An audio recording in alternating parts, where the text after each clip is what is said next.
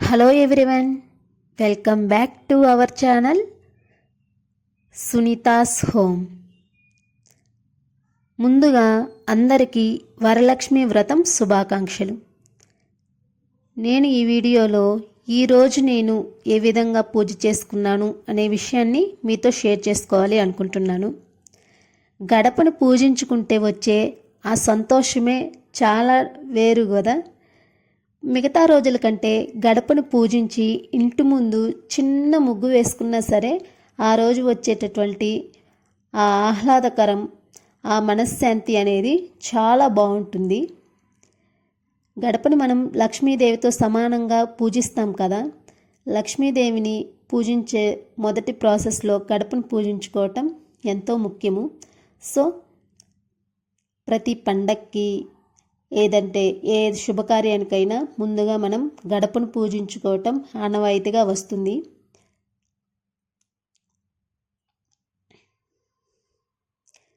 శ్రావణ మాసంలో పౌర్ణమికి ముందు వచ్చే శుక్రవారం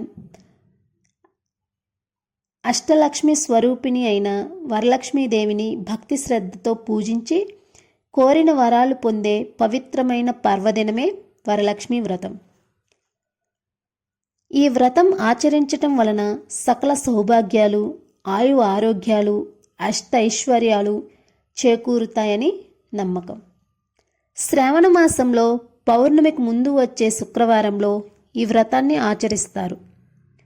ఆ రోజు కుదరని పక్షంలో అదే మాసంలో వచ్చే మిగతా శుక్రవారాలలో కూడా చేయవచ్చు. పెళ్ళి అయిన వాళ్ళు కుటుంబ క్షేమం, భర్త ఆయు ఆరోగ్యాల కోసం ఈ వ్రతాన్ని ఎక్కువగా చేస్తుంటారు. వరలక్ష్మి పూజ చేసేటప్పుడు అష్టోత్తరం లేదా లక్ష్మీ అష్టకం చదువుకుంటే చాలా మంచిది. లక్ష్మీదేవికి పాలన్నా, పాలతో చేసినటువంటి పదార్థాలన్నా ఎంతో ఇష్టమట.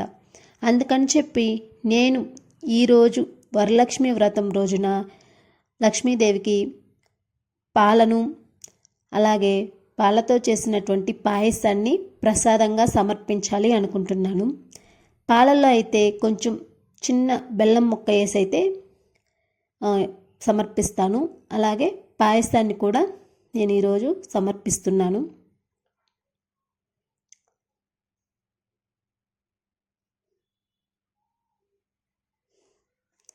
వరలక్ష్మి వ్రత కథను శ్రద్ధగా చదువుకోవటం లేదంటే వినటం మంచిది. అష్టలక్ష్ముల్లో వరలక్ష్మీదేవికి ఒక ప్రత్యేకత ఉందంటారు. మిగతా లక్ష్మీ పూజల కంటే వరలక్ష్మీ పూజ శ్రేష్టమైనది. శ్రీహరికి ఇష్టమైన, పైగా విష్ణువు జన్మ నక్షత్రమైన శ్రవణం పేరిట వచ్చే శ్రావణ మాసంలో ఈ వ్రతాన్ని చేస్తే విశేష ఫలితాలు లభిస్తాయి. నేను ఈరోజు పిండి ప్రమిదలు చేసి దేవుణ్ణి పూజించాలి అని అనుకుంటున్నాను. ఈ పిండి ప్రమిదలు ఎలా చేసుకుంటానంటే, కొంచెం బియ్యపిండిని తీసుకొని, అరటిపండు మొక్కను కొంచెం తీసుకొని, అలాగే చిన్న బెల్లపు మొక్కను కూడా దాంట్లో కలుపుకొని, పచ్చి పాలతోటి, వాటర్ కాకుండా పచ్చి పాలతోటి దాన్ని ఇలా గోధుమ పిండి కలిపినట్లుగా కలుపుకొని ముద్దలాగా చేసుకుంటానన్నమాట. నేనైతే 2 ప్రమిదలు చేద్దాము అనుకుంటున్నాను. దానికి సరిపడ పిండిని మాత్రమే నేను తీసుకున్నాను. నా దగ్గర చిన్న బౌల్ లాంటిది ఉంది. అందుకని చెప్పేసి నేను ఆ బౌల్లోనే ఉంచేసి ఇలా లక్ష్మీదేవికి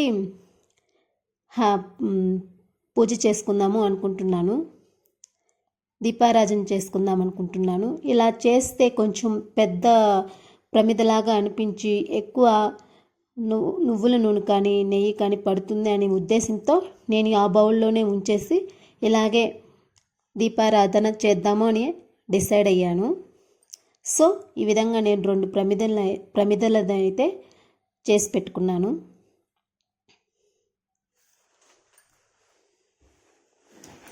ముందు రోజే పూజకి కావలసినటువంటి పూజా సామాగ్రిని అంతటిని నీట్గా శుభ్రం చేసుకున్నాను.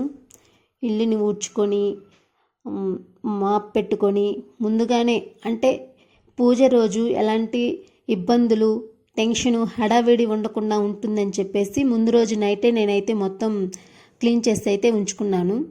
ఈరోజు దేవుడి పటాలను అయితే నీట్గా క్లీన్ చేసుకొని గంధం బొట్లతోటి సింపుల్గా ఇట్లా గంధం బొట్లు పెట్టుకున్నాను. నేను ఎక్కువగా దేవుడి పటాలు ఫేస్ కనిపించకుండా ఉండేలాగైతే నేనేమి బొట్లు పెట్టి అట్లా చెయ్యను. చాలా సింపుల్గా పెడతానన్నమాట. అలా చేసినట్లయితే మనం దేవుణ్ణి చూసినప్పుడు బాగా స్పష్టంగా ఆ దేవుడి ప్రతిమ అనేది మనకు కనిపించి మనసు ప్రశాంతంగా అనిపిస్తుంది అన్నమాట.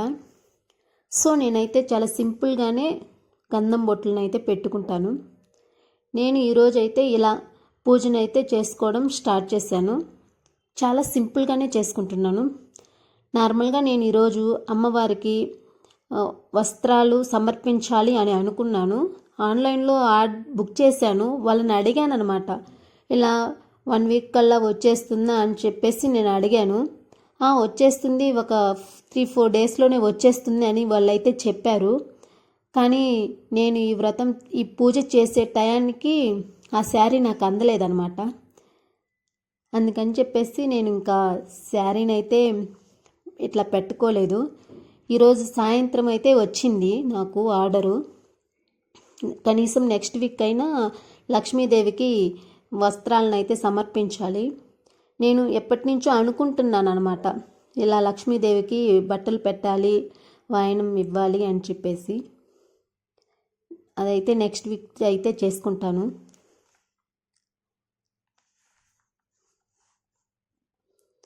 నా పూజ అనేది చాలా సింపుల్గానే ఉంటుంది.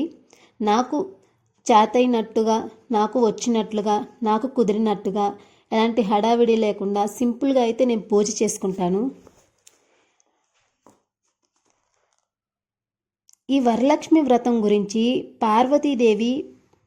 పార్వతీదేవికి పరమేశ్వరుడు వివరించి చెప్పారంట. ఎవరు ఏ పద్ధతులు పాటించినా శ్రీ లక్ష్మిని కొలిచే తీరు మాత్రం అందరిది ఒకటే కదా. అందుకని చెప్పేసి నేను ఈ విధంగా అయితే సింపుల్గా పూజించుకుంటాను రోజుట్లాగే. శ్రీహరికి ఇష్టమైన, పైగా విష్ణు జన్మ నక్షత్రమైన శ్రవణం పేరిట వచ్చే ఈ శ్రావణ మాసంలో ఈ వ్రతాన్ని చేస్తే విశేష ఫలితాలు లభిస్తాయని చెప్పేసి అంటారు పెద్దలు. ఈరోజు వాయనం ఇస్తానని చెప్పేసి మా ఇంటి దగ్గర మా ఫ్రెండ్ ఇలా వరలక్ష్మీదేవి వ్రతం అయితే చేశారు. వాళ్ళు చాలా బాగా పూజలు చేసుకుంటారు.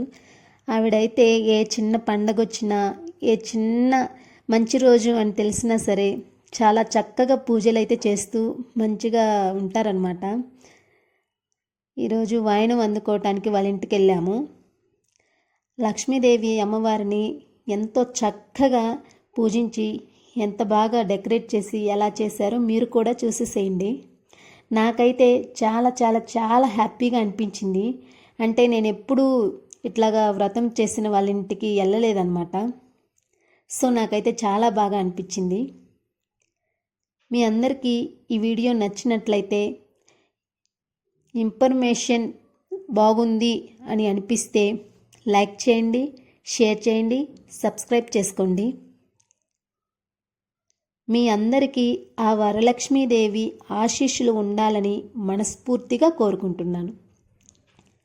Thank you.